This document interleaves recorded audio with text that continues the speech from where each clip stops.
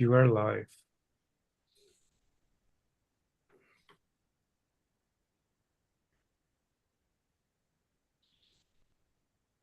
Okay. Collaborations for team success. With ClickUp, you can easily manage your team's tasks. We are live, guys. Yeah. Okay. Hi, welcome to the new Center for Research and Practices public session with our programmers. The new center is a para-academic institution that offers cutting-edge seminars on art, philosophy, and humanities in general. Within it, we run 4 certificate programs, each of them led by one of our programs. The first one is History, Design, and Word Making by Thomas Moynihan. The second is Art and Curatorial Studies, run by Cécile Malaspina. The third is Critical Philosophy, run by Reza Negarestani. And the last is Transdisciplinary Studies by Jason Mohaghegh. After recently achieving our 10th anniversary, we reflect on more than a decade of maintaining our independence, surviving and growing as an online educational institution in arts and humanities, thanks to the support of our network of instructors, members, students, researchers, and institutional partners. This year, more than ever, it is fundamental to stay fostering a space for critical and creative thinking like the New Center. Aside from the programmers, we also have Rafael here, who is responsible for student services at the New Center, and we will talk about our upcoming workshops and clarify some frequently asked questions. Respond to any queries you might have about the process towards the end of today's sessions. We also have some of our instructors here to talk a little about their upcoming seminars personally. As for me, my name is Kaeli. I am a scholarship recipient certificate student at the New Center in transdisciplinary studies. I am a Brazilian psychoanalyst, and the New Center helps me to continue my research. I'm really excited to be a part of this public session that inaugurates Spring and Summer 2025. As some of you may know, applications for the certificate programs are currently open, with the possibility of receiving full and partial scholarships. And if you are considering applying, this is a great chance to know about the New Center as an institution, to meet the programmers, and also know more about upcoming seminars. Just a reminder that applications are open until the 18th of February 2025 at 23:59 Eastern Time. They should include a cover letter and a writing sample showcasing your intellectual interests and clarifying your need for financial relief. Applicants from the Global South will be automatically considered for 50% scholarships, and half of our full scholarships recipients are from the Global South, and half are women. Aside from the traditionally incredible lineup of seminars, the New Center is also offering the largest yet selection of workshops. Rafael will speak a bit about these offers. Hello, everyone. Very happy to talk about our plans for the upcoming spring-summer 2025 season. And I act as the student services representative, and we are offering more workshops even than in the last season, which is we have been at least for the last 3 years been starting to offer workshops as a possibility of actually getting more practical knowledge about the humanities. And learning things by actually doing them. So we're very happy to have this to present this selection to you today. So one of the first workshops we will run will be hosted by Matthew Donovan. He will present a workshop titled Building Intellectual Communities Beyond the Academic Bubble. Matthew Donovan was also a student at the New Center very way back then, around in 2015, 16. And this workshop in particular, he will be devoted to talking about how to build and sustain intellectual networks and avoid the logic of what we call in this platform economy an epistemic bubble, right? And he will be drawing on neglected thinkers from early Enlightenment, such as Pierre Bayle, to the eccentric autodidacts of the Viennese coffee house scene to actually talk about this practice of building an intellectual network. And all the participants will encounter practical strategies for sustaining reading groups, lecture series, and everything. And all the exercises in that workshop will be aimed towards that goal of actually supplementing the participants in building their own intellectual initiatives and their own beyond any institutional constraints, right? And Jean Shuto and Erica Love will be leading a workshop titled Prototyping the Para-Institutional. They're doing a rather, I would say, self-reflective look on the emergent alternative art schools in particular, but alternative institutions spoke more broadly after the 28th financial crisis and the Arab Spring, and by bringing guest discussions and case studies from many other practitioners, they will explore new models of sustainability that go beyond the traditional funding structures of art practices, right?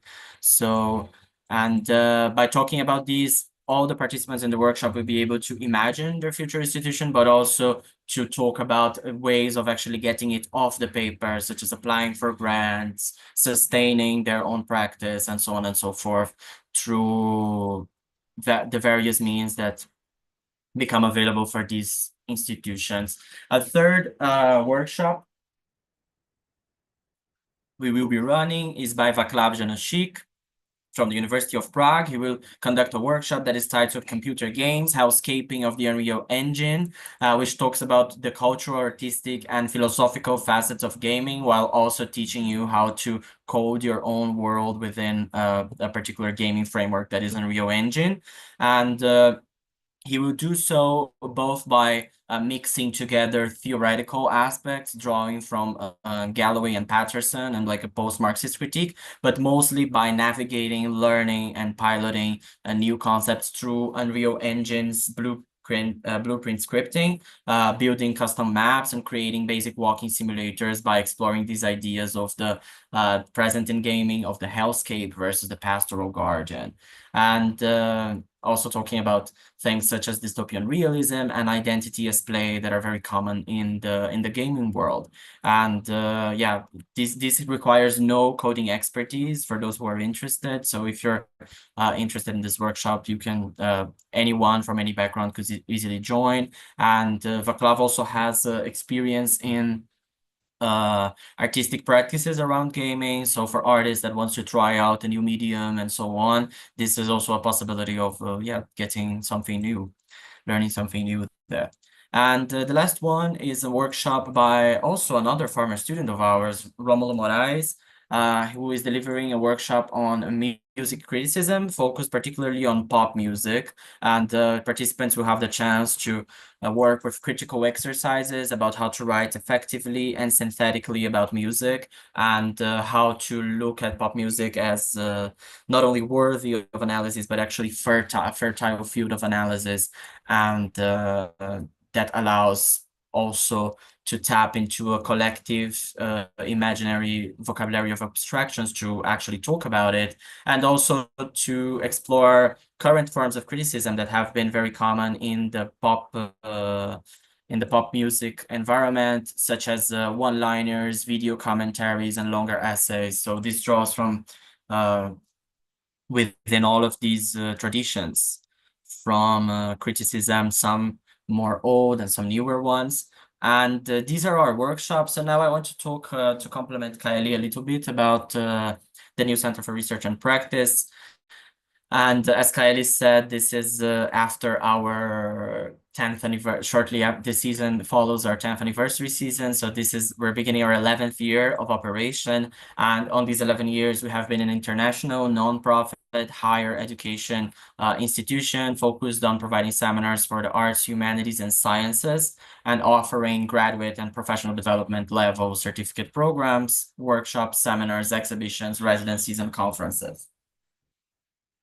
And we have existed independently throughout these 11 years without any type of funding from governments or other companies or sources of funding. And we have as of right now, as Kylie has said, and as you will get to know better about each of the programs, art and curatorial practice program, critical philosophy, transdisciplinary studies, as well as history, design, and world making. And studying at the New Center, students have the opportunity to practice graduate and professional level research in a manner that does not really interrupt their current existing practice or frameworks or work or anything, but actually complements and enhances and intensifies their own research agendas through training that is flexible and yet rigorous at the same time in many different subjects that we find are important and yet to be tackled by traditional education. And if you're interested in knowing more about us, and if you're watching us on YouTube right now for the first time, you might want to check our website, thenewcenter.org. And notably, you can also learn more about the upcoming season, and that includes seminars and workshops by instructors as well as former students from our program. And if you have any questions about the New Center that might not be answered along in the course of this presentation, please do write them on the YouTube chat, and I will definitely respond them when I return after the programmers and talk more in depth about the application. And yeah, thank you very much. And I will pass the word to Kylie. Thank you, Rafael, for this wonderful introduction. Now that you know the New Century, let us introduce our programs. In order of their appearance, I'm going to introduce the programs. The first, Art and Curatorial Practices, which is run by Cécile Malaspina. The program starts with the recognition that the students enrolled are artists, curators, publishers, editors, and writers who have the skin in the game of art. It thus fosters an emancipatory turn in the context of global digitalization and climate chaos, from overall lament to a particular investigation of the possibilities for art in the long run. The second program is History, Design, and World Making, which is led by Thomas Moynihan, working on the productive collusion between design, architecture, and philosophy.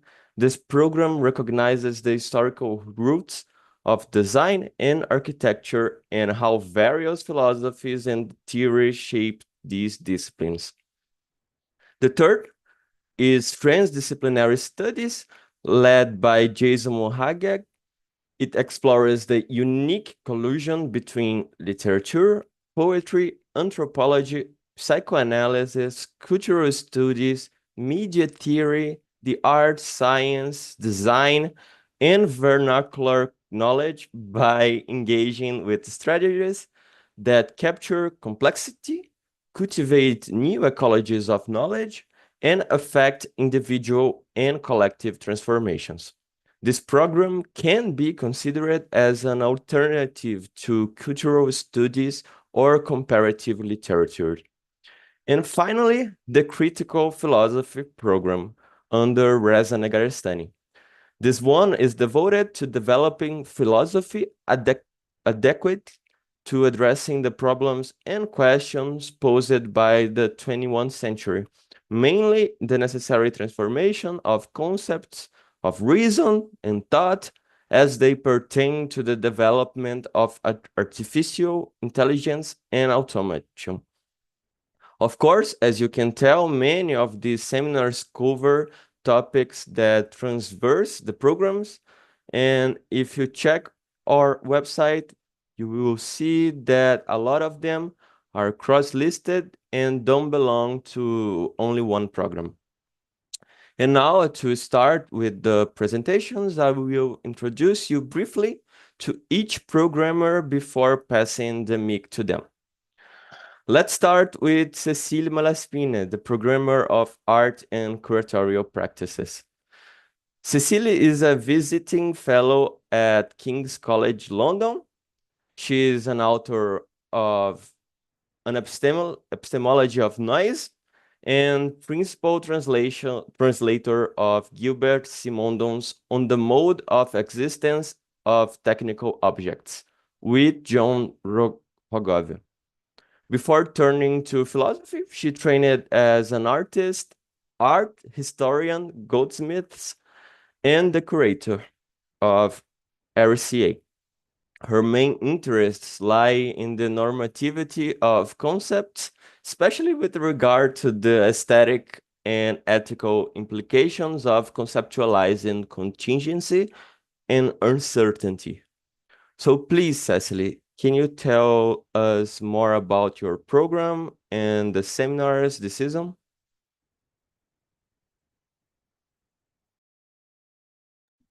Cécile, you're muted. Yes, Yeah. yes, I just saw it.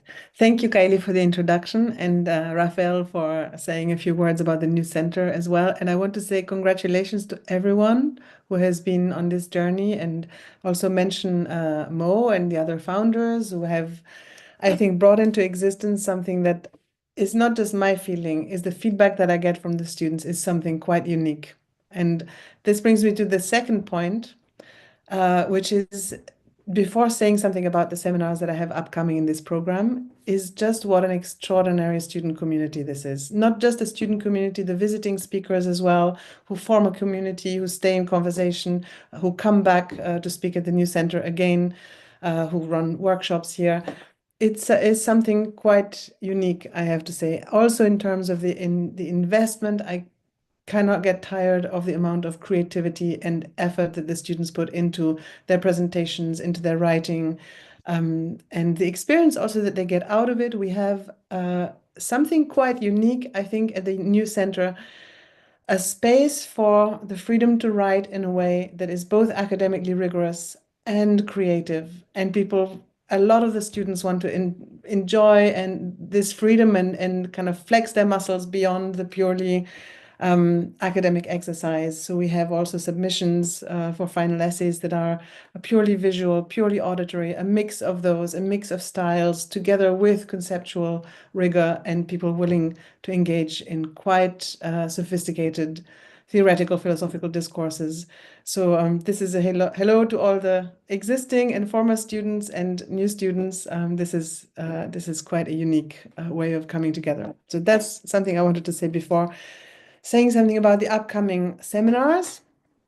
So I have two that I will be teaching myself, a 2-credit seminar and a 1-credit seminar, and one seminar that will be run by JP Caron, who's here, who's going to say a few words about them, about it himself, and another one by sorry, I lost him.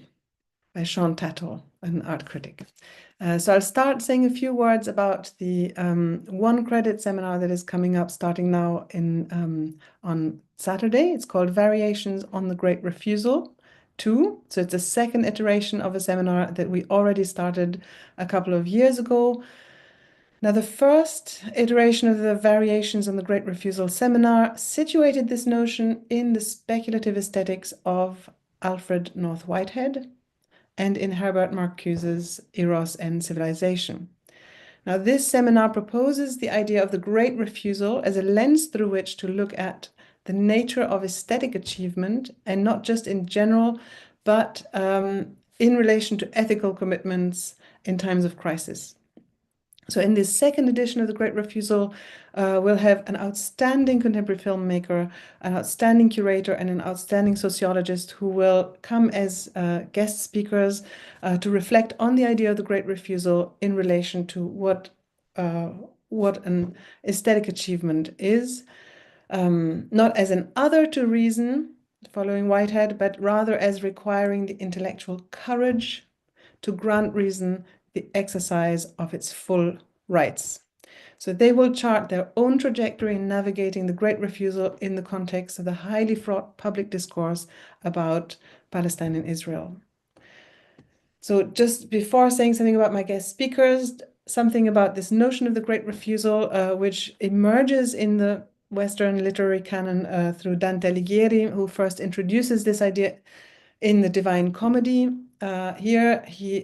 This expression comes up when he talks about the shade in the antechamber to hell, who's the one who commits the great refusal and who is emblematic of those who err eternally in the antechamber of hell in pursuit of the banner of conformity. So part of the problem of the great refusal is to understand the pressures of conformity and to understand that the dichotomy between being conform and non-conform doesn't end once you have taken a position, but that there are new consensuses that form new pressures, and that the tightrope walking of understanding your position when positioning yourself vis-a-vis the pressures of consensus is part of this problem of the great refusal.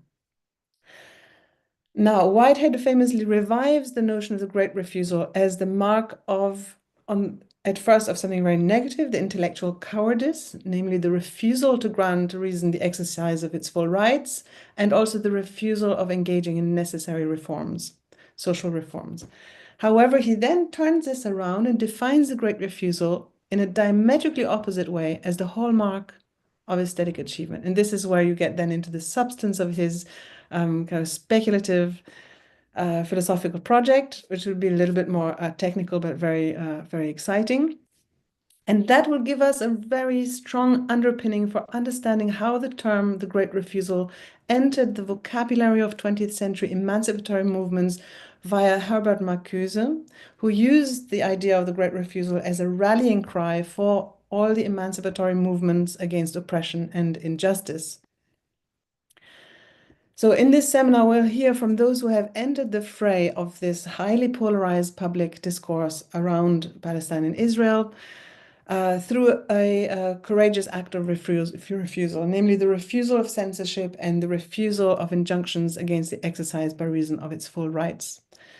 The speakers are the award-winning filmmaker and journalist Shireen Yazbek, who will also screen the film with which she recently won a Lebanese film festival in France, gave her the prize for best film. And then we will have Ashjan Ajour, a sociologist from Gaza. She's also the author of the award-winning book Reclaiming Humanity in Palestinian Hunger Strikes, Political Subjectivity and Decolonizing the Body. And we have also a curator who will be speaking and whose last name I didn't write on my note sheet, so I'm really sorry about this. Her name is Galit, and Eilat, yeah. Galit Ilat, and she's a tremendous human being and curator based in Israel who will also be joining this seminar. So this is going to be, I think, a very powerful conversation. Yeah. Second Cécile, I was gonna ask you about your next reading of Simondon, because it's like you have done a couple of like close readings of Simondon, and you're offering the one on the mode of existence of the technical objects for the next season, right? That's the one I was going to talk about now. Just very briefly, that's on the mode of existence of technical objects, starting in April. In this seminar, we'll offer a collaborative, close reading of the book. So we've done this with a shorter book of Simondon's previously, Imagination and Invention. And I got really nice feedback from the students who enjoyed having a main book to focus on, to get their teeth into, to really feel that they got to grips with it. We also had very good guest speakers, and we will have very exciting guest speakers also this time round, namely Nandita Melamfi and sorry, where have they all gone? I put notes in here earlier, but and Erin Manning. So in this seminar, we'll have a close reading of the mode of existence of technical objects. It's a text where Simondon challenges the conventional dichotomy between humans and machines, arguing for an emancipation of technical objects from the enslavement of mere utility in the cultural sphere, and restoring the dignity of technical objects through an unprecedented philosophical account of their modes of existence and evolution. So this is basically my two upcoming seminars. Here's the other note. I put the notes in the wrong place as usual. Then we have Sean Tattle. Sean Tattle is an art critic based in New York City, and he writes primarily on his own website, the Manhattan Art Review, and he's going to introduce students to the history of art criticism and its ups and downs, and he will propose a new way of writing art history in the 21st century. And with this, I will hand over to JP Caron to introduce his own seminar on the avant-garde today and the question of autonomy. Thank you, Cécile. Thank you, everybody. Nice to see everybody here again. Yeah.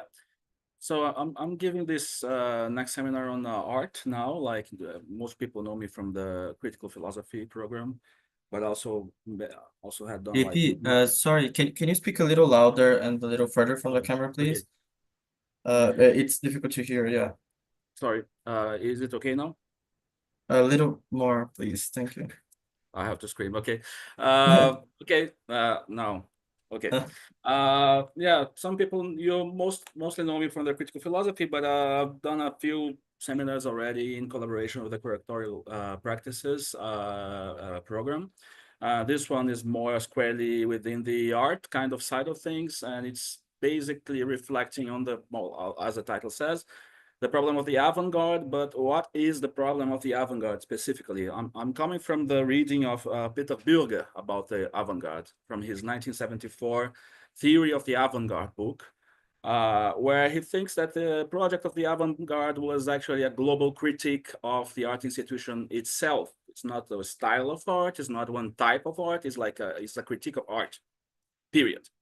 So what does that amount to? What that criticism would aim for? Basically, the destitution of art as an institution and the criticism of the separation between art and life.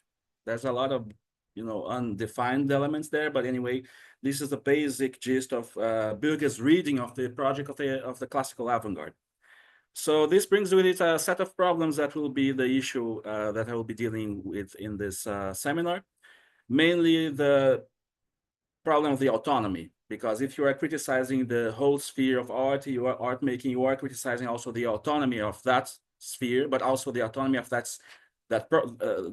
products of that sphere, like artworks, art objects. So this carries with it like is basically what we are moving in an Adornian kind of set of problems. It's a kind of an Adornian problem space here between the necessity of the separation between the object and its environment for it to have a critical purchase. So for Adorno, like form is a mediation between like that which is the content of the artwork and its environment. If the moment of form disappears, you have basically the openness of art to ideology, of all the ideological materials that are out there, and it gets kind of integrated within like this sphere, which is actually to be criticized by art, according to the Adornian kind of account. So you have like this face-off here between like one thinker that thinks like there's a critical purview in the criticism, the critique of art institution as such, and therefore a critique of autonomy carries with it a critique of autonomy, and another quite opposite view, which is like that autonomy itself has a critical purchase, and without autonomy you can't criticize social world at large from the point of view of the individual work of art. So this like the first set of questions, and from that I shall move to two other different more recent kind of endeavors. One of them is the Theory of the Avant-Garde Theory of the Avant-Garde is the Bürger one. Another one is the Avant-Garde Today by Harry Lehrman, who's a German thinker of music. He has like a different set of tools to understand what is the movement of the avant-garde. Like if you get from Adorno or from Bürger, you get the idea that the avant-garde is about reaching towards new materials. Therefore, you have this image, guiding image of a movement from a certain set of materials that try to conquer that which is not part already of that set. For instance, in music, we move from music to noise, for instance, and now noises are musical, for instance, or from in painting, from representation to color. Color is the material now. So you are reaching out to other kinds of material. This is kind of a classical view of the avant-garde. What Lerman is trying to propose is a different view, that the avant-garde is not about reaching out to its outside or the outside of art, but it's about conquering new degrees of freedom within the components of the art system itself. So it's kind of an internal kind of gaining of degrees of freedom. So it's an entirely different kind of framework to understand what is this kind of to understand the trajectory of the problems of the avant-garde. And Lerman also updates the concept, talks about postmodernity and talks about a second modernity and a new modernity that he's proposing as a kind of a manifesto. And finally, I'll be tackling also Matin's recent book, Social Dissonance, to which I wrote a criticism recently that came out recently in December. And Matin kind of reinstates the movement of the avant-garde to reaching out to its outside, in the sense that for social dissonance, the artistic practice that he's proposing, it's about taking the people or the audience as material of the art action itself, and doing that in a critical way in order to make explicit a certain form of social dissonance, what he calls a social dissonance.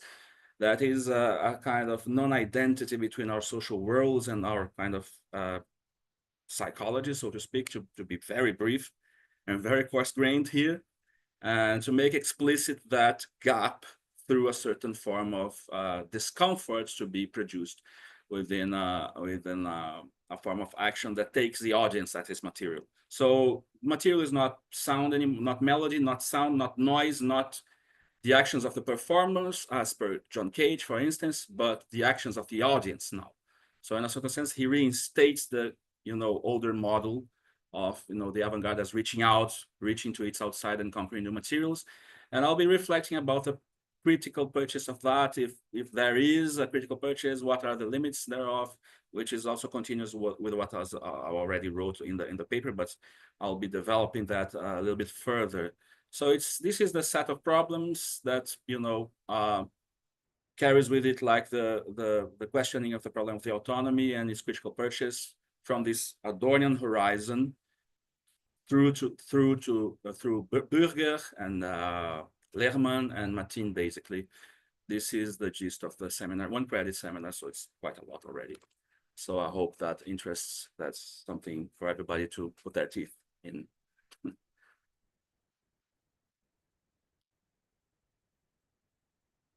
Oh, that was my presentation. Was it too fast? Thank you, Jake. Sorry. Yeah, thank you very much, JP. Yeah, Kaeli, you wanna? Yeah. Yeah, thanks so much, Cecile and JP. This is an extraordinary lineup of seminars. Next, we have Thomas Moynihan, the programmer for history, design, and word making. Thomas is a UK-based writer. He holds a DPhil from Oriel College from Oxford and is currently a visiting researcher at Cambridge University Centre for the study of existential risk.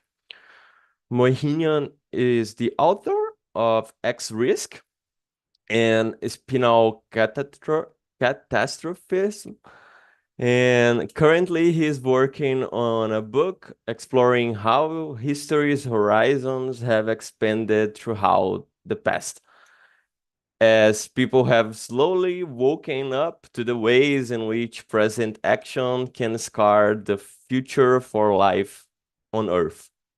We also have Richard Hames and Christopher Daniel here, so they can speak a little about their seminar.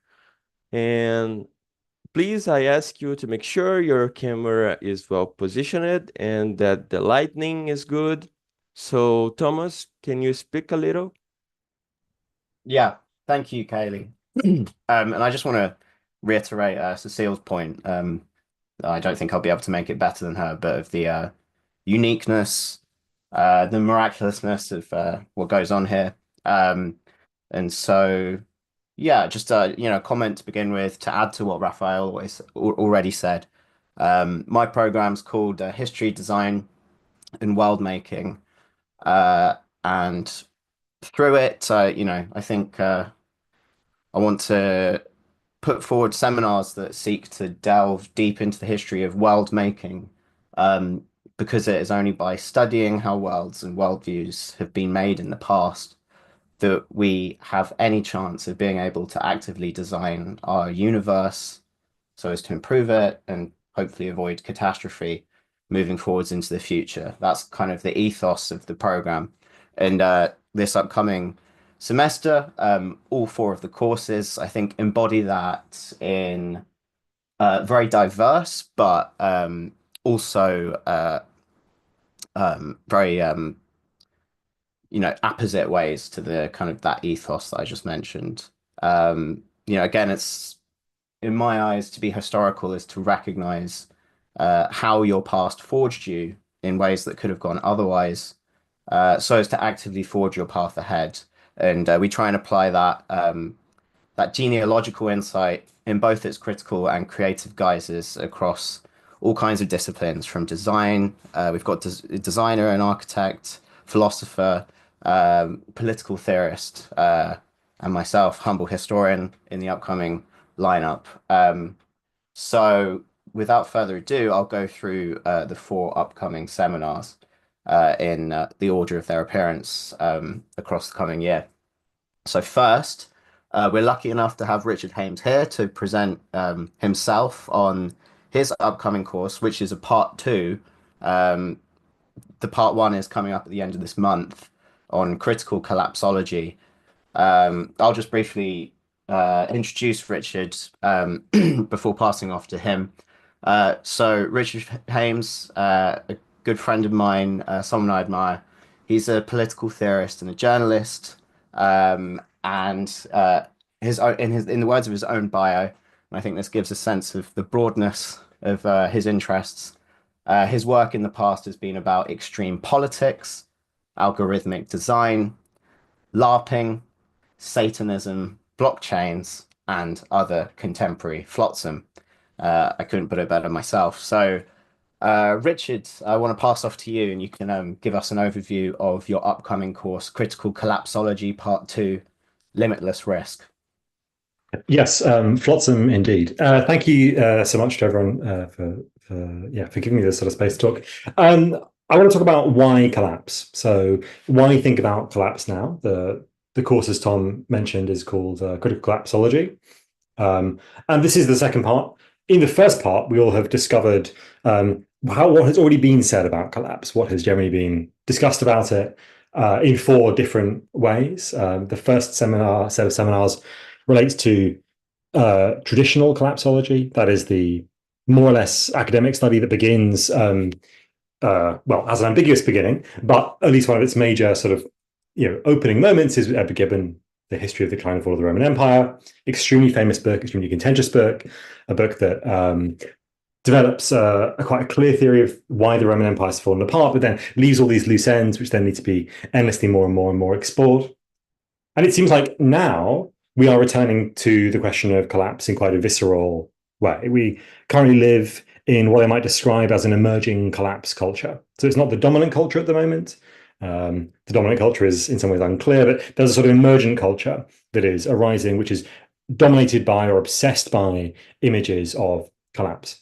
And what's interesting about that is that it has multiple different sources, which we can look to, point to, and which are in some ways very conflicting. So we have the source of a sort of reactionary right escalation of the stakes of politics from mere national decline to civilizational threat. So we shift from we must do this in order to, be prosperous as a nation, to we must do this because the very fate of civilization is at stake. Then we have another source, which is in some ways quite contrasting, has a different collection of drivers that it imagines, which comes from environmentalism, which for much of the last 50 years has been a distinctively left-wing movement, although, as many people have pointed out, is not essentially left-wing in its focus. And so we have these two very contrasting views of how we get to collapse, or two very contrasting sources for sort of parts of thought that can form a collapse culture. And the third part is the much more academic study of what is called existential risk. I think people will be broadly aware of this. And they, inside that discipline, which is, as I say, much more sort of academic and in some ways, standing back from its object, although if everyone dies, it does matter to everyone. It's nevertheless a kind of an uncommitted, at some sort of level, discourse. There is a distinction inside that discourse between, on the one hand, X risks and the other hand, S risks. So X risk is when everyone dies and the possibility of future human life is extinguished from the universe. An S risk is a suffering risk. So it's when not everyone dies, but a sort of perpetual state of immense suffering is produced. And this is treated in a distinct way, but nevertheless regarded as part of that sort of overall framework. And I think what I'm sort of trying to do in the course and to understand the critical aspect of collapsology is to develop a new category of risk. And that new category of risk is something you might call an M risk, or a meaningful risk, or a meaningfulness risk. So the architecture of meaning that we embody, that our practice instantiates, that our thoughts conjure into being, this architecture of meaning dissolves through the process of social disintegration. And the things that we find meaningful now, although perhaps we do not suffer more, and perhaps we do not all die, nevertheless dissolve into meaninglessness, arbitrary fantasy, and so on. And the particular stakes in which this part of the seminar, part 2, that we're talking about today, deals with this is in the history and future of the communist movement. Although, as Tom, I think, would probably argue, given his current book project on history's endless expansion of its horizons, would argue that there is an endless discovery of contingency, at least in some of its history. The idea of communism as a political form that is stateless, classless, moneyless, and so on, has attempted to attain the status of necessity. And so there is this dialectic between, on the one hand, the discovery of contingency, the discovery of what has been lost or arbitrarily changed in the past that produced us, and on the one hand, an attempt to orient oneself towards what appears at certain moments as necessary in history. And of course, what collapse does as an event, if the world collapses, then that presumption to be able to orient towards something necessary disappears. And so the orientation towards a radical emancipatory future appears as no more than an arbitrary question of taste or its preference. And therefore, lots of the force of it is lost. And that's a collection of things that I'm going to be trying to explore in the seminar. Thank you, Richard. That was a great overview. And yeah, let me reiterate. I think that part 1 and part 2 are going to be absolute masterclasses. So definitely consider signing up for Richard's course. So to move on to and I should say part 2 is coming in May, if I didn't say that the first time around. So the next seminar is from Matt Hare, and it's called Logical Time and the Production of the Intelligible. This one's going to be, it's a 2-part course, being 1 credit is coming under Reza's critical philosophy program. The other is coming under my history, design, and world making one. And it will be running through May, June, and July. And so I believe Matt's here with us. Yeah, he is. So I'll hand off to him, but I'll just introduce him briefly. So Matt Hare is a philosopher, excuse me, a philosopher and a translator. He's contributed to Urbanomics, translation of Gilles Châtelet, And he has recently completed a PhD on Jean Cavalier and many things besides. And correct me if I'm wrong, but you specialize in the history of mathematical philosophy or the philosophy of mathematics. And I think the contribution here is going to be really special because Matt is going to really delve deep into that tradition, which, in my eyes, maybe this is revealing my own ignorance, but is often unexplored or even just not even acknowledged in Anglophone contexts. And so this tradition, apart from Cavalier, includes names such as Leon Brunschwig, Albert Lautmann, and Jean Toussaint de Santi. That's probably awful pronunciation. I'll hand over to you, Matt, so you can correct me. No, that's not so bad, actually.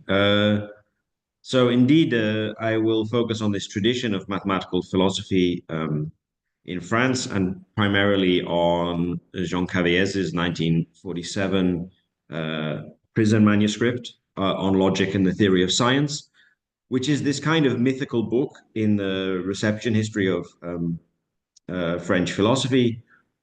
Insofar as Cavieres writes it in prison, he's a resistance fighter, important figure in the French resistance, but is prior to the outbreak of the war, a historian of modern mathematics. And then he's executed by the Nazis, and it becomes kind of mythologized afterwards as this book of a militant of the concept, a philosopher of mathematics with a hand grenade in one pocket and a notebook in the other, or whatever, as Count Coguilhem says in his obituary. But I think, despite the fact that it's then read by people like Derrida, Foucault, Althusser, and cited, it's rarely actually seriously studied as a philosophical work. It's more famous as this story. And my aim will be to situate it within what I'm, in a way, trying to construct as a broader tradition of philosophical thinking around what I will call the problem of logical time, which is not a term that Cavieres himself uses. So in the work, he comes up with this expression. He says, science moves outside of time if time refers to the lived experience of a consciousness. And I think that nascent in this enunciation is an idea of an account of time which would not derive from the experience of time, or what we could call time without temporality, with all kinds of intrinsic problems that then come up there. So if science moves outside of time, what is the medium of this movement? Or if you want to put it in Platonic terms, which Cavieres is influenced by, so if we want to say that the intelligible is produced or created, what is the form of this production or creation? And I think Cavieres is not the only person to think about this in his milieu. So we have essays on logical time produced by Lacan, Bachelard, Victor Goldschmidt, which concern all kinds of domains of this problem, from psychoanalytic reasoning through to the historiography of philosophy. And in a sense, the problem gets stratified. So we both have the problem of a time internal to reasoning, or internal to the nature of reason, which is not supposed to be about experience, and what we might call metaphysically the time of the creation of time. And I think that Cavieres's great theoretical gesture is to try to approach this question through the reading of the history of mathematics and reflection on the question, what is the form of the historicity of mathematics, in which, in a sense, mathematics becomes defined by the way in which it moves. And so the aim of the seminar, which will be, as we say, a double credit, quite long endeavor, will be actually just to take this very short text. I mean, it's 80 pages, and make it a continual referent through this broader construction of a philosophical tradition that I'm interested in. So we'll read the text sort of non-linearly and come back to it, and it will be the only assumed reading, but then we'll touch on texts from basically Plato's Parmenides through Cartesian texts on method, through to methodological problems in the foundation of modern mathematics in the 19th century, and finally to contemporary issues both in the historiography of mathematics and modern computational complexity theory, and the problem therein of what sometimes gets called intrinsic mathematical difficulty, and contemporary literature on logical time that emerges there. So those things will sort of be always referenced back to our reference text, and we'll see if we can make something of it. Thank you, Matt. That was great. Yeah, again, I stress that I think that the kind of there's a treasure trove of value for anyone here interested in learning about an unexplored, again, in Anglophone traditions, stream of very important, very interesting philosophy. So yeah, this is going to be great. So again, definitely consider signing up to Matt's course. It's going to be masterful. So moving on to the third seminar. This one is by Christopher Daniel, and it's titled Co-Presence Research Laboratory. And it's going to be running through June as a 1-credit course. So Chris is not with us. I'll introduce him though. He's Christopher Daniel is a practicing architect and designer. He's the founder of Polysemic, and he co-leads a design studio on architectural animism at the University of Westminster here in London. He is also a member of the Exploded View Collective. So Chris's seminar, I think this is going to be interesting at a kind of meta level of what even is a New Center seminar. So his seminar will ask, where are you right now? Where are you present? Our bodies, our minds, our ideas, our data, where are they at any given moment, particularly on a Zoom call? On whose territory, on land, on servers, on paper? So Chris's seminar will be designed to be as much about those who attend it and the networks they're enmeshed in as they attend it, as it is about the content that is delivered.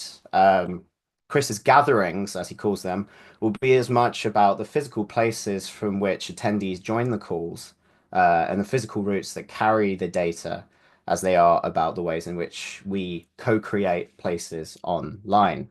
It will be conceived as the establishment of a collaborative lab for collective investigation into presence and co-presence.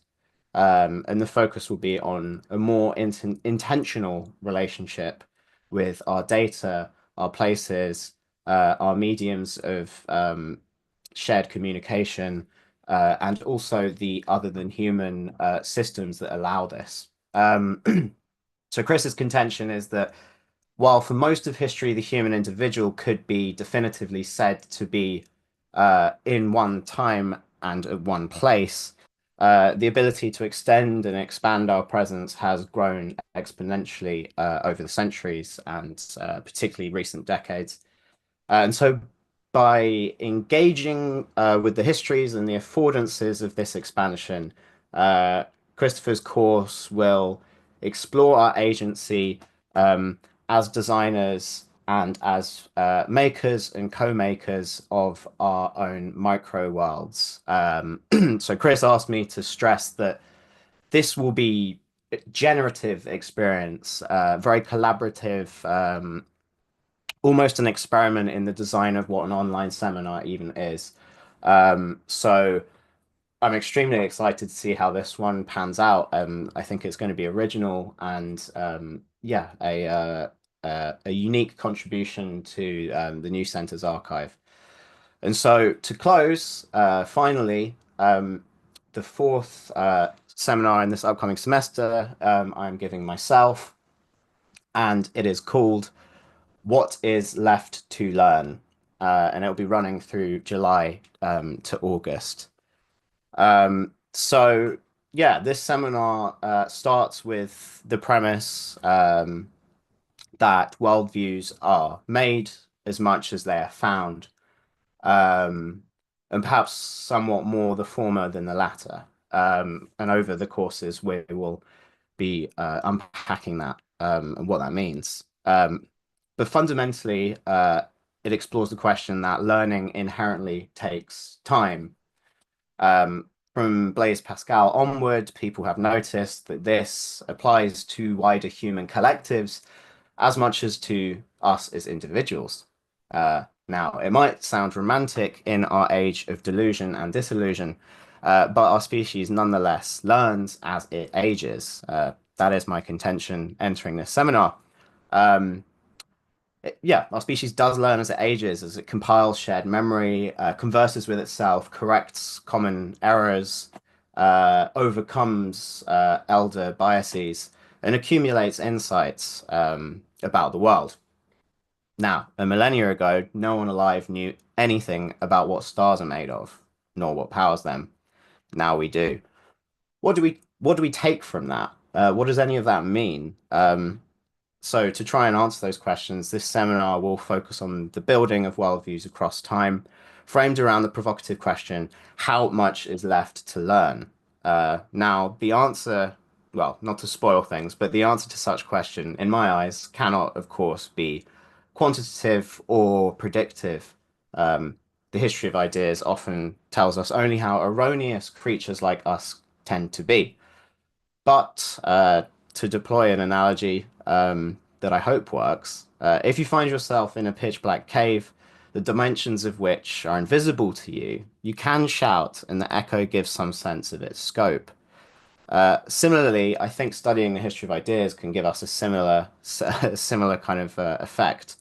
For it is only by attending to how incomplete prior worldviews have been that we gain any sense of the proportions of what we might yet be missing today. And in an age where agency has the potential to wreak planetary consequence, the question of the scope of our ignorance is, I think, instrumental, where the potential, given the kind of accumulated might of the technological, planetary kind of megastructure to create irreversible, indelible consequences that, have the tendency or the possibility at least to scar the future. Talking about what we might do that is completely wrong or the scope of our ignorance, I think is an important and interesting question. So to wrap up, together, we will tend to such questions whilst remaining vigilant to the fact that though firm knowledge, I argue, and we can discuss and debate that, can indeed be won, we remain completely in the dark regarding the shakier questions of whether a worldview can ever be perfected or completed. Rather than just dismissing such grandiose questions out of hand, we're going to open them up and see what happens. So looking forward to that, and sign up if you find that interesting. So thank you very much. Okay, thank you so much, Thomas and Matt. What a wonderful selection of seminars. Now we have Jason Mohaghegh, the programmer of Transdisciplinary Studies. Jason Mohaghegh is a philosopher, a literary theorist, and professor of comparative literature at Babson College. His work tracks currents of experimental thought across the so-called East and the West, with particular attention to the concepts of chaos, violence, illusion, silence, extremism, mania, disappearance, night, evil, secrecy, and apocalyptic writing. He has published 9 books to date, including 2 volumes titled Omnicide 1 and 2 on madness, and 2 volumes on night titled Night, A Philosophy of the After Dark, and Night 2, A Philosophy of the Last Word. He is also the founding director of the Future Studies program and co-editor of the Futures Theory and Suspensions book series for Bloomsbury Press. Jason, you have the word. Thank you so much. Again, since everyone is saying it, I'll just echo the fact that now 5 or 6 years, and maybe more even at the new center, I still believe that we're the best game in town at every level and globally. And I'm very proud and honored to be among everyone. You know, every time that we have one of these public sessions, I feel it's my responsibility to reinvent the term transdisciplinary at some level, just to offer some new outlook on what it means. I'm running out of paradigms, by the way, but nevertheless, I'll give it a shot, a new one here, because when I do a close study of the types of seminars that we're bringing out this semester, I noticed something new. So transdisciplinary, again, studies means many things, many metaphors that I've covered in past sessions.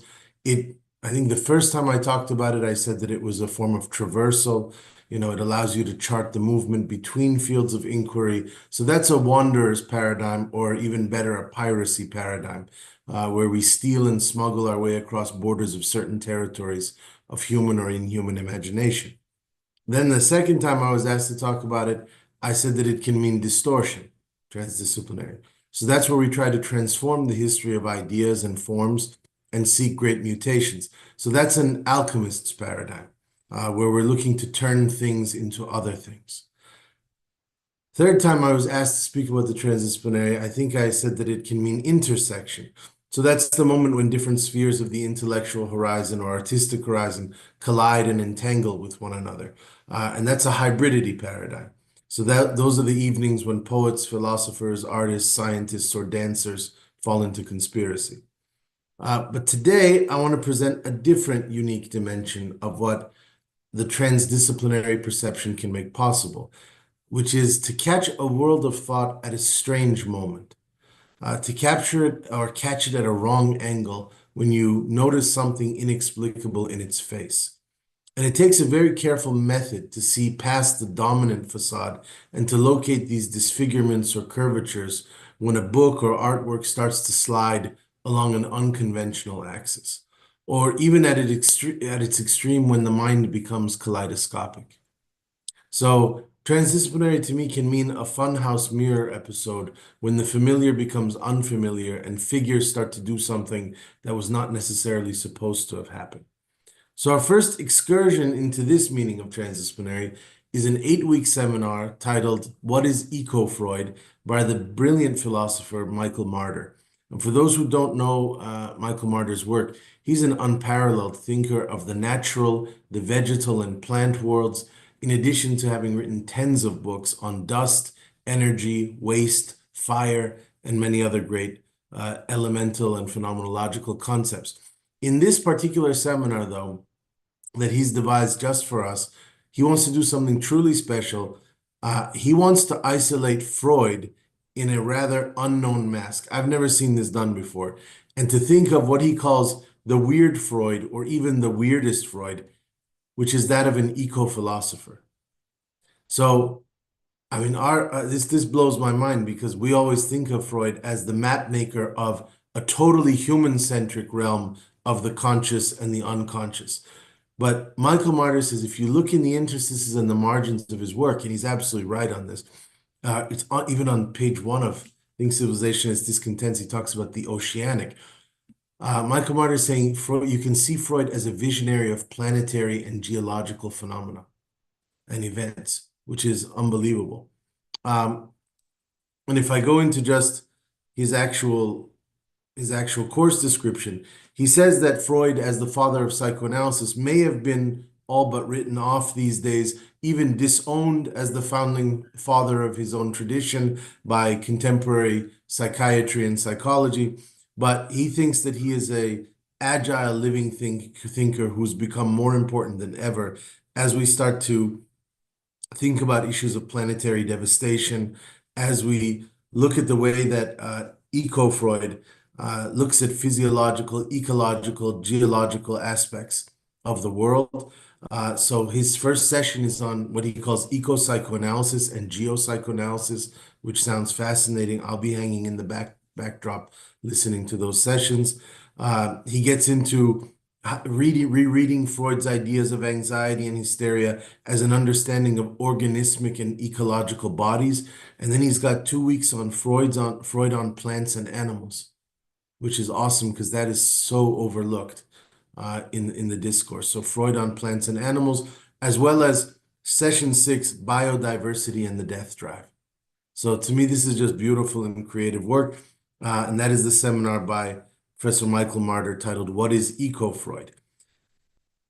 So from there, we have the outstanding duo Seminar 2 of Andrea Citrullo and Adam Jones, who are teaming up to lead. They always do the most dynamic, swirling conversations. This is their second time being invited to the new center. They always cover, what I love about what they do is they cover immense ground and variability in their sources.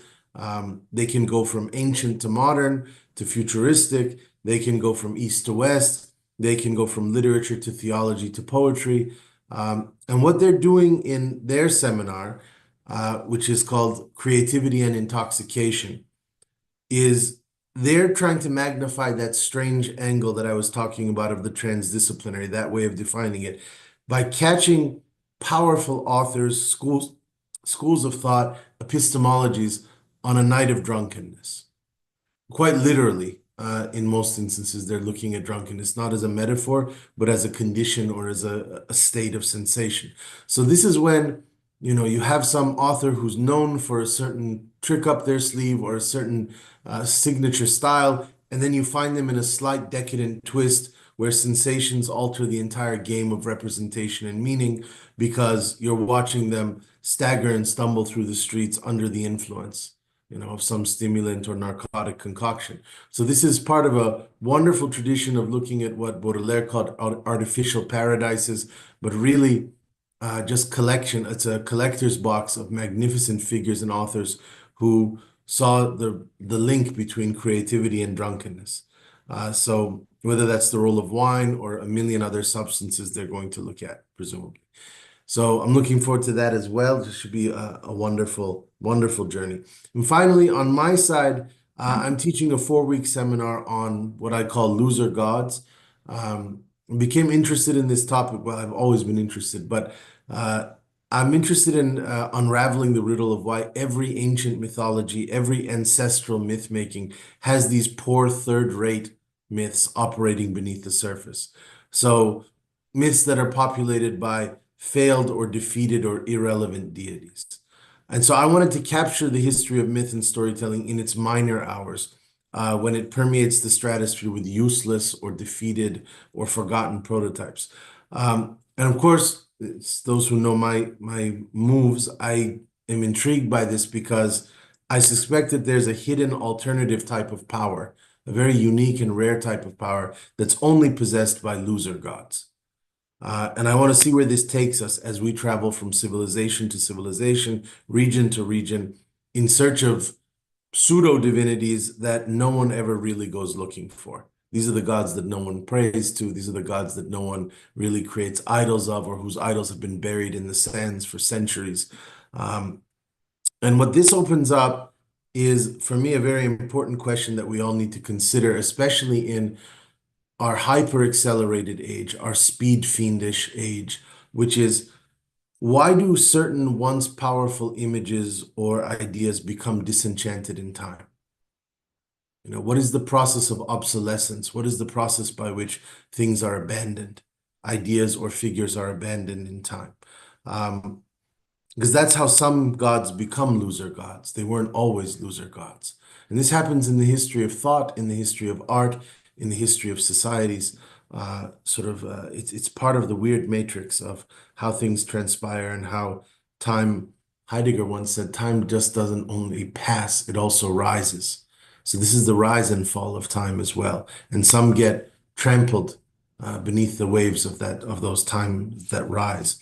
So I'm also interested, though, there are some gods, though, that are just founded as disenchanted beings. So they're losers to begin with. That's their very origin point, which has a different spin on it.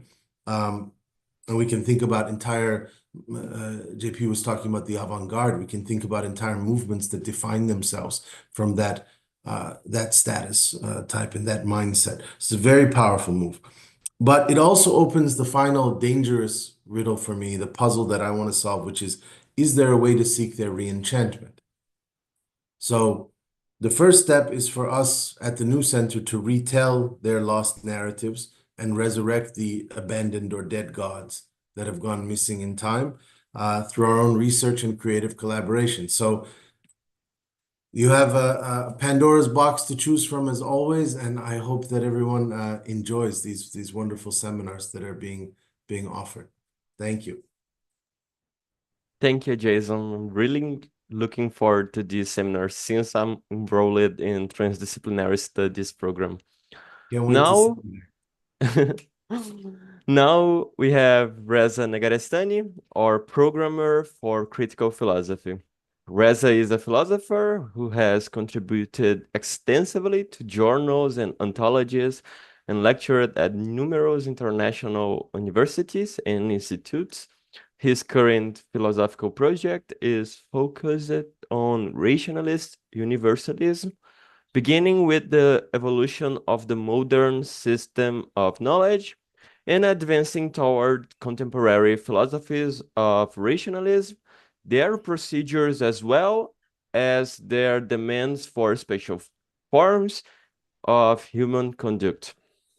He's the author of Cyclonopedia, Intelligence and Spirit, and the recently published Abducting the Outside, collected writings of 2003 from 2018. We also have Ana Longo and Joel White here, so they can speak a little about their seminars. And again, please make sure your camera is well positioned and that the lighting is good. So it's over to you, Reza. Thank you so much. Thank you, everyone. Fantastic seminars, Cécile, Jason, and Thomas. Thank you so much for all the work. This season, we, as usual, have a brilliant program for critical philosophy. Thanks to some happy coincidences, this time, in a certain sort of miraculous way, the certain sort of theme started to emerge among the instructors and the seminars which they are going to present in this semester. The theme or this kind of undercurrent, secret, implicit theme that I have noticed that has been emerging, and this kind of like somehow prevalent in all of the courses of critical philosophy, is time and history. Strangely, I was thinking about giving a seminar about the structure of world history with a reference to Kojin Karatani, and then early on in I think it was in September last year, I met Matt Hare, great friend. We knew each other for a long time, but even though we had lost contact, I met Matt at a conference in Delft, which both had papers to present, and knowing how brilliant Matt is, he also proposed that he might have some materials to provide and present for a course, and we talked briefly about this, and I'm very glad that he is giving a paper on logical time, and somehow trace it back into some issues in French philosophy of mathematics, but also computational complexity, which then come back the paper that Mats gave at Delft was most probably one of the most brilliant papers I have encountered in the past few years, and gladly his seminar picks up on some of these tropes that was included in the paper. And then I noticed that when I invited Joel, that Joel, building on the previous seminar that he gave at the New Center, he has also, moving towards certain, I would say, themes within the arena of computational complexity. But of course, the accents here are very different than those made by Matt. And by the way, thank you, Matt, for because critical philosophy, as Thomas said, and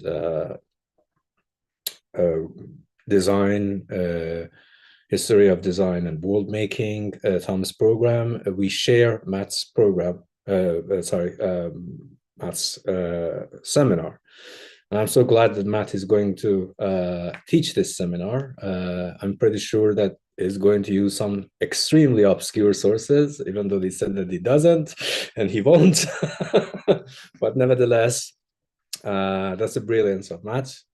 Very proud of him. Excellent thinker. And I would absolutely love to see how Matt's seminar coincides with Joel. I think that it's best for Joel to introduce his own course because he's present here. Joel, you want to take the microphone? Hello there, can everyone hear me? Yes. Great. Yes, it is. I'm on my phone camera and it keeps on slipping down.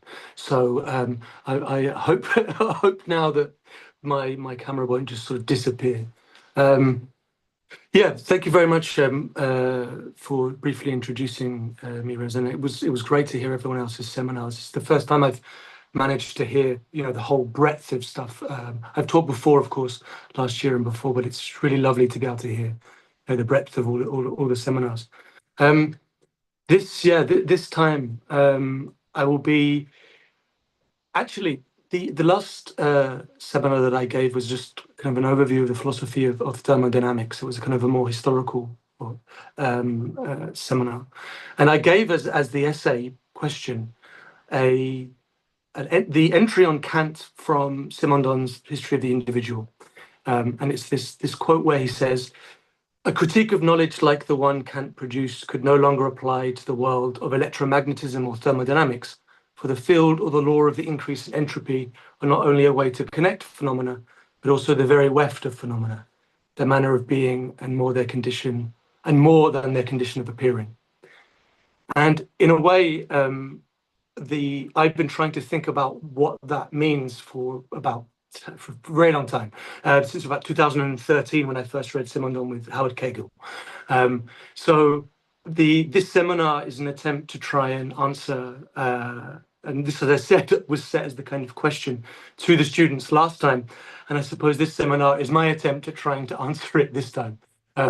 So the seminar will be an attempt at trying to think through the question of some kind of prominent 19th century sciences, such as electromagnetism, thermodynamics, statistical mechanics, and information theory, and to try and think whether it would be possible to construct a architectonic philosophy comparable to Kant's in a similar way in which Kant constructed his in the kind of the birth, or the end, I suppose, really, of classical mechanics. So the seminar will be structured around, it's a kind of an experiment that I've been trying to do and trying to construct for some time, which is to say, try to construct an architectonic philosophy by placing these sciences next to Kant's critique of pure reason, and try to do something similar that Kant did with Newtonian mechanics, but with these sciences. So what I will be offering is the analytic, in a sense, of what I call a critique of pure plasticity. So this is a book that I've been working on for quite some time. And pure plasticity I take to mean something similar to what actually Catherine Malabou takes to mean elasticity, which is to say a kind of a perfect return to form, or even a kind of infinite form of transformability. And so for me, the necessity to kind of return to critical philosophy is that we have seen a rise in the last, I don't know, say 30, 40 years, maybe longer, particularly within transhumanism, of claims that seem to surpass the limits of the conditions of the possibility of experience and existence. That is to say, things like digital immortality have returned as a question. The idea of a super intelligence have returned. The idea of a infinite cosmology that is cyclical has returned. All problems that Kant dealt with back at the end of the 18th century have returned in a new guise, but in this guise is within kind of a thermoinformatic guise. So this course, this seminar, will offer the analytic of this book that I have been writing, this work that I've been writing, and we'll try to produce a table of categories, whereby the table of categories which have been influenced by these particular sciences, so particularly the concepts of energy, entropy, information, and then informational entropy, which I call entropy, just because otherwise people get confused between two types of entropy. So I will be offering a reading of those four concepts as if they were, to use a Kantian term, as if they were the table of categories in Kant, alongside a reading of Kant's analytic. So that's what the seminar will be doing in the 4 weeks, presenting on energy, entropy, information, entropy, as if they were the categories or the table of categories. So here you go. Thank you. Thank you so much, Joel. Fantastic. Yes, I mean, knowing Joel's style of teaching is quite, I would say, despite the complexity and intricacy of the topic, he is one of the most lucid instructors, who's capable of streamline, extremely, I would say, involved sort of topics. I highly recommend, definitely, I highly recommend his course. So for the next seminar for critical philosophy, we have Anna. Anna has been teaching with us for a very long time. Now Anna is back and she's going to teach a course called Autonomous Self-Creation, Foucault Beyond Neoliberalism. Anna, would you be able to introduce the course? Yes, thank you, Reza. Thank you, everybody. So I'm really happy to be here again for a new season at the new center because it's a wonderful experience all the time. So I'm still in contact with the first students we had kind of 5 years ago, and it's wonderful. This year I was thinking of questioning neoliberalism because I think there is a crisis of neoliberalism, or at least everybody's criticizing neoliberalism from the right, from the left, and we don't know anymore what we are criticizing and what we would like the new economy to be, or is anyway. It's a big confusion, but I mean, I think it's a kind of symptom of something changing.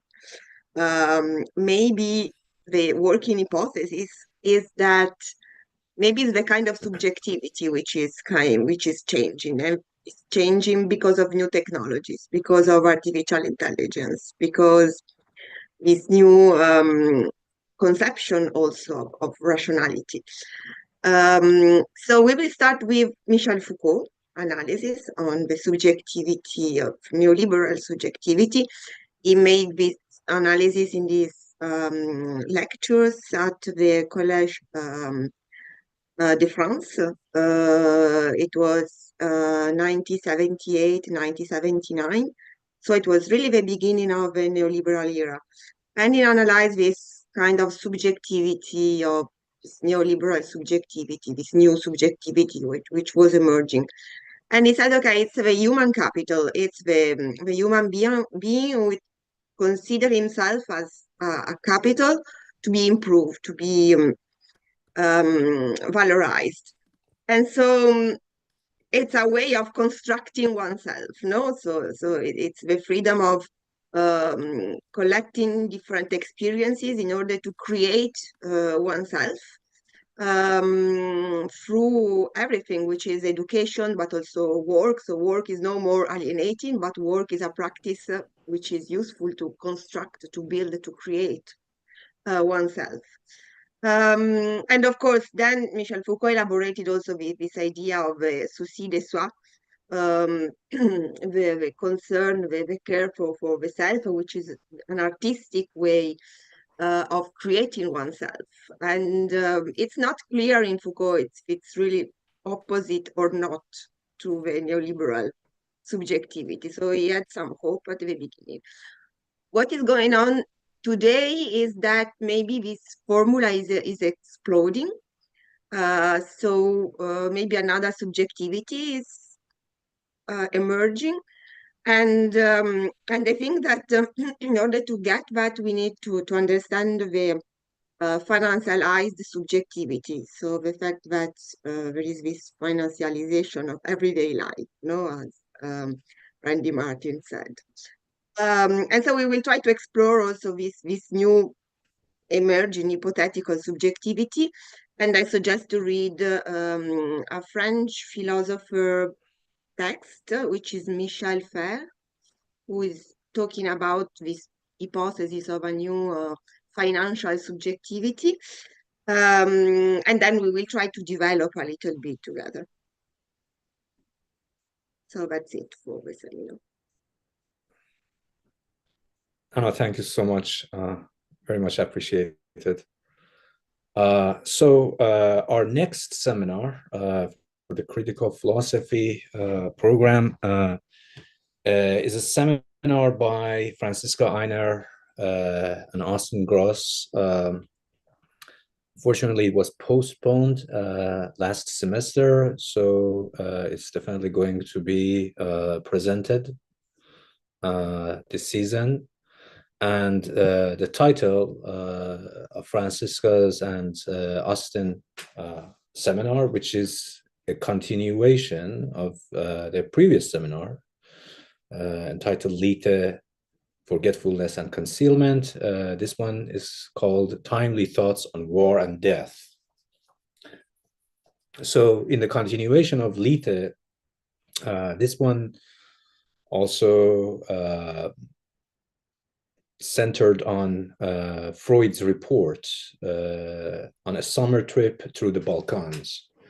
And it heavily involves some of Freud's letters and texts from the Great War onward, culminating, in his main late text, Civilization and its Discontent. All of these texts foreshadowing the catastrophes yet to come, and that would be the rise of Nazis and World War II. And the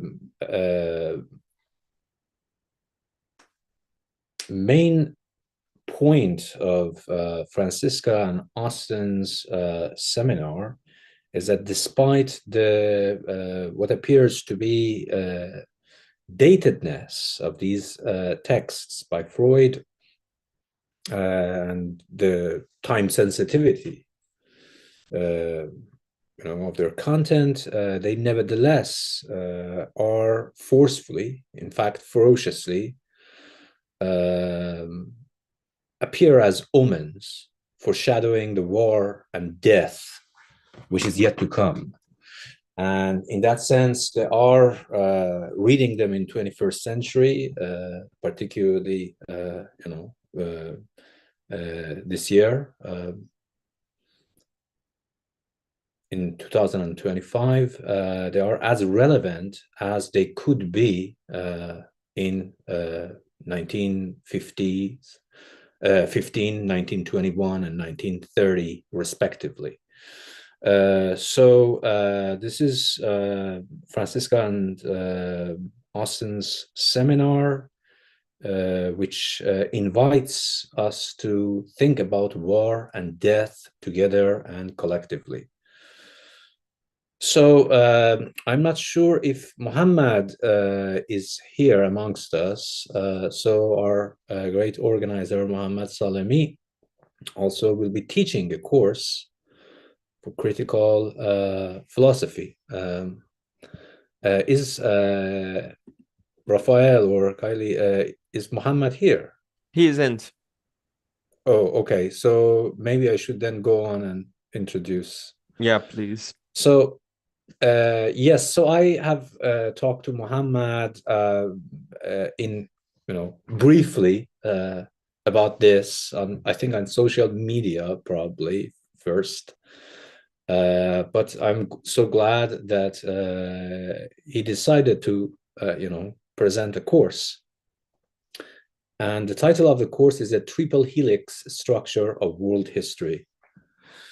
So Muhammad's seminar, in a way, re-examines the philosophical and historical foundations of what we mean by the concept of history, by engaging with diverse schools of thought, from classical historiography to contemporary philosophies of temporality. The seminar, so in this sense, proposes a new model of history as an entwining helix of three interdependent strands. One would be nature. That would include physical environments, climate patterns, geological changes, geological time, the broader ecological context shaping human activities, technology, and society, so to speak. The second one would be technology, emerging from nature, but evolving autonomously, driving innovations and shaping complex systems beyond natural and social interactions themselves. And the third one would be society writ large, the social dimension, cultural norms, institutions, human organization, as influenced by nature and technology, while also shaping their development. So Muhammad's seminar core hypothesis is that these strains or strands are co-responsive to one another, and defining historical epochs through their dynamic interplay. At each time, or at times, one of these strands may dominate the other two. For example, technological revolutions reshape societies and nature, while environmental factors and environmental dimensions of the nature side shifts the drive of societal and technological adaptation. So after exploring the philosophy of history and historiography, Muhammad wants, in this seminar, to analyze the relevance of this framework to contemporary challenges, questioning whether history can in fact be reconfigured as an open-ended, evolving process. Finally, I will be teaching one credit seminar. It's called the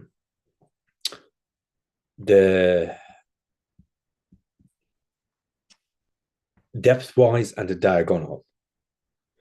And again, as I mentioned early on, this course is mostly on the structure of world history with, again, reference to Kojun Karatani's framework. And of course, I'm very glad that I'm going to teach this course in this sort of compact sort of manner after a number of conversations I had with my colleague and friend, JP Caron, who is here. So the main idea behind this is quite very simple, that we live in a certain sort of age where we are talking about practices, leftist practices, or all sorts of practices, right, aimed at political organization, change at the level of organizations of the sort that we are, in fact, dealing with at this point, hybrid, obviously. But the thing is that these practices do, in fact, end up becoming sorts of what you might call to be practical vagaries, of which, of course, both the left and the right are replete at this point. So the aim of this seminar is to propose that, well, we have to give an adequate description, be capable of adequately describing the sort of organizations which we are dealing with and which we are aiming to change, right? And this sort of providing adequate description of these sort of organizations requires an approach and techniques and methods and concepts and frameworks and paradigms which are not typically understood within, any sort of political philosophy framework or political practice. So from this perspective, the seminar is going to be heavily focusing on particularly a branch of complexity sciences called Kolmogorov complexity. I will be mostly focusing on the work of Paul Whitney and Ming Li and their Bible of Computer Science and Complexity, which is called Kolmogorov Complexity and its Applications. So we will look at the concept of depth of an organization, or depth in the understanding, logical depth in terms of complexity and memory of evolutive systems. And from, through this lens of Kolmogorov complexity and memory evolutive systems, we will look at precisely the concept of depth within the structure of world history. And this depth happens to be a form of hybrid depth, in a sense that it is ultimately, it's neither can be thought from a purely horizontalist, networkist lens, nor can it be purely understood from a command and control vertical perspective, which is usually, the classical hierarchy. So this would be the topic of my seminar, which is more of an introductory one. And I think this is all the courses that we are going to have in the coming semester for critical philosophy. Kylie, I think you can have the mic. Okay, thank you, Anna, Joel, and Reza. Mohammed has joined us, and I'm going to pass the mic to him so he can talk a bit about his seminar. Hello, everyone. Thank you, Reza. I think you kind of explained what I will be doing a little bit. So I guess I will just build on that and talk about the seminar. A little bit of intro to that is, first of all, thank you so much for inviting me to teach for your program. I don't teach very often. I'm often too busy doing other stuff. And I always feel that there are far better instructors than me. They're doing a great job at the News Center. I should just do what I'm better at doing, right? But I don't know how much of this you know, Reza, but this seminar is developed alongside my interaction with your work and people you brought to my intellectual life by making me read them and think about their work. So this is a way of kind of like resolving my own sort of like background in phenomenology and understanding of time as we understood it from the past to now. And on one side, it will be dealing with sort of like what does it mean, what time means in the production of culture and art, right? But also what does time means when you're going through such major transformation, especially in this point we are in. We've been since early November and the US elections and these unfolding events, right? So I think it's a perfect way to kind of like think about this in terms of an open-ended interaction between these three strands, which I've identified. And I think just in our very brief conversation in the beginning, you were already suggesting extra strands. So that's what the people who come to the seminar will be doing, to try to understand my proposal or hypothesis and then kind of modify it with the help of the students and see if we can add more strands to this triple helix or not, or simplify it into two, like it's always been. So yeah, so that's the challenge, to kind of see if we can either simplify or complexify the structure of history into a triple helix as a result of interactions between technology in its expanded sense. It goes back for me to how Stiegler defined the evolution of human memory and human genetic memory as technology, right? So it's kind of like extending what technology means into the realm of biology, but then also think about the moment that language comes and the social history begins. So that's why you have a natural history, social history, and the technological history, right? So the natural history will be nature. Technological history will be this thing I just spoke of. If we can go back to sort of like biology and kind of build it from evolution of life. And then the third one would be the social history. So yeah, these three. So that's the idea. I don't want to take up more of your time and the session's time. I think it's been going for a while. But yeah, so hopefully we can attract people to our seminars and to my seminar, because I don't normally teach, so I have a little bit of insecurity. Thank you so yeah, so so much. I hope. Yes, welcome. Thank you. Thank you so much. Thank you very much. Thank you, Mohamed. With that, we conclude presentations on upcoming seminars. You can find information about all these on our website. I'll leave the link in the comments.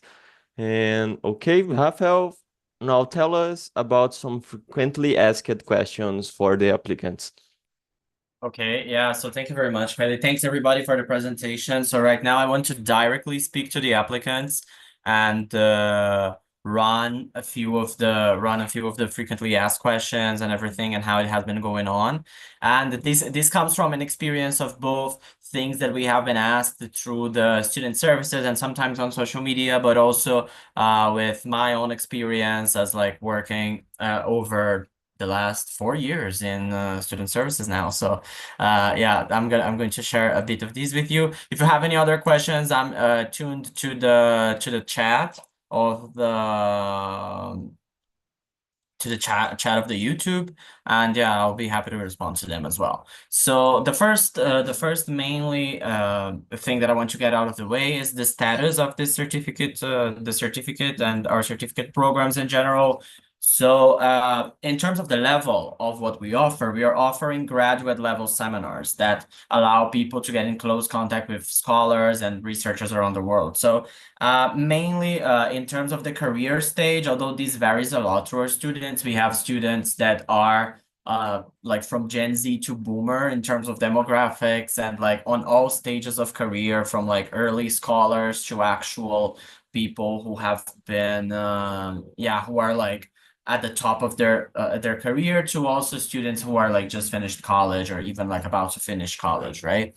So we have all of these mixed backgrounds and environments, but mainly one of the points in which I think the certificate is particularly invaluable is, aside from like being interested in the seminars and being interested in getting in contact with a wider network, are for researchers that want to change the game of their research and transition to a new area sometimes, or perhaps even go go over new topics or bridge their own interest towards new topics that they don't have the domain yet. So we've seen a lot of people who are sometimes within architecture but want to move into the arts, or people within philosophy that want to move into more transdisciplinary endeavors and like all the possible permutations you may imagine, and they greatly benefit from the program. And as you can see, a lot of the programs have many intersections, so that also allows you the possibility of actually getting to know many different areas and working with many different people as well. And in terms of how, what does it mean to complete a certificate program? Our certificate programs have the expected duration of 2 years. And mainly completing a certificate means that you have completed 10 seminar credits. So each seminar credit is a set of 4 classes, meaning that seminars can be worth 1 credit or 2 credits, and very rarely 3 credits.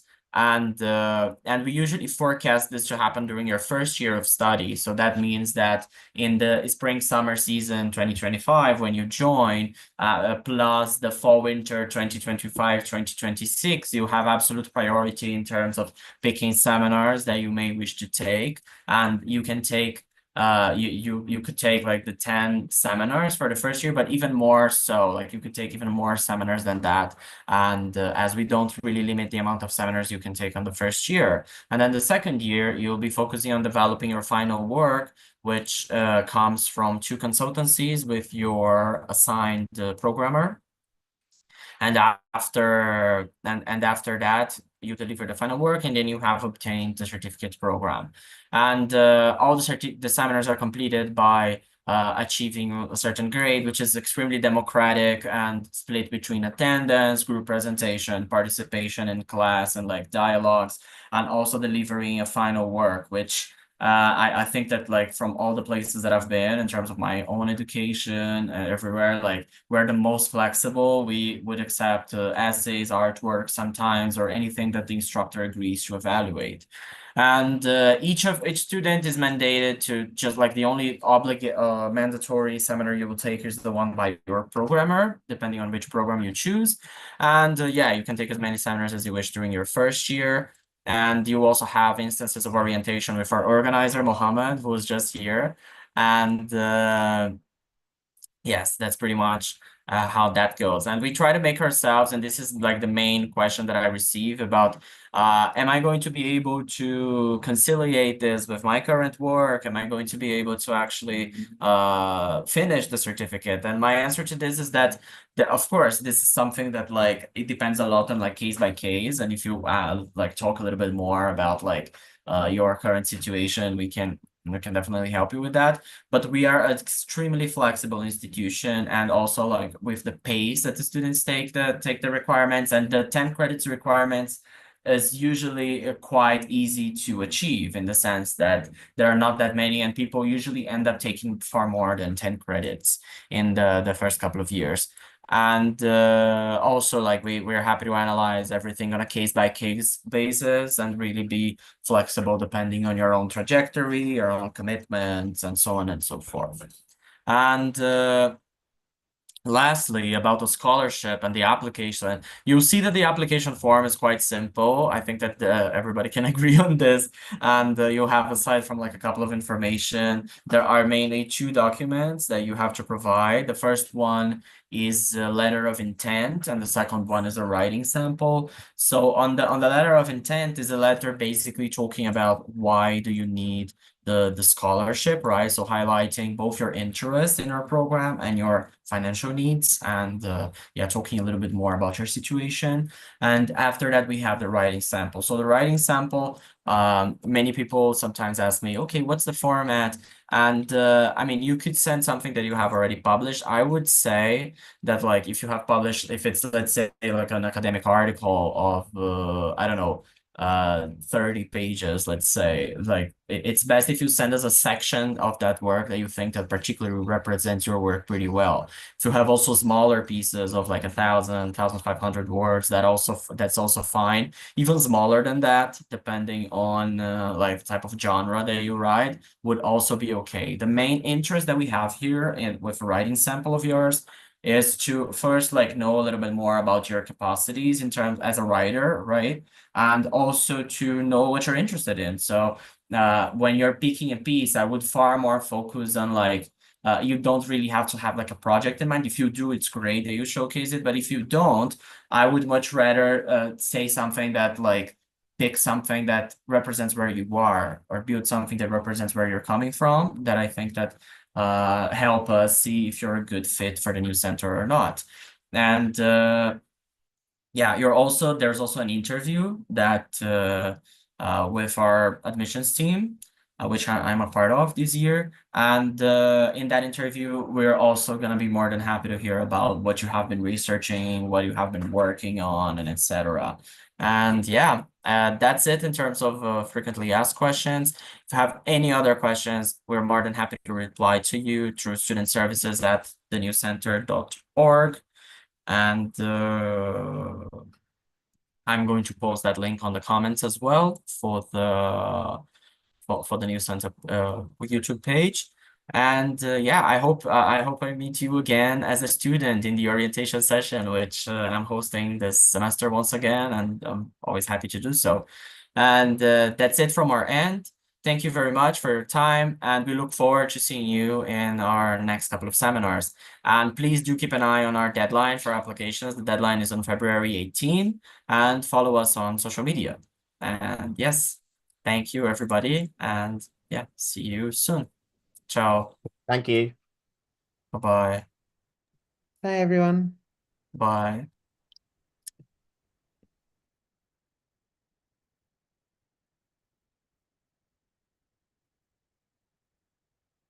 Okay, Kylie, I'm just gonna stop the live in 1 second.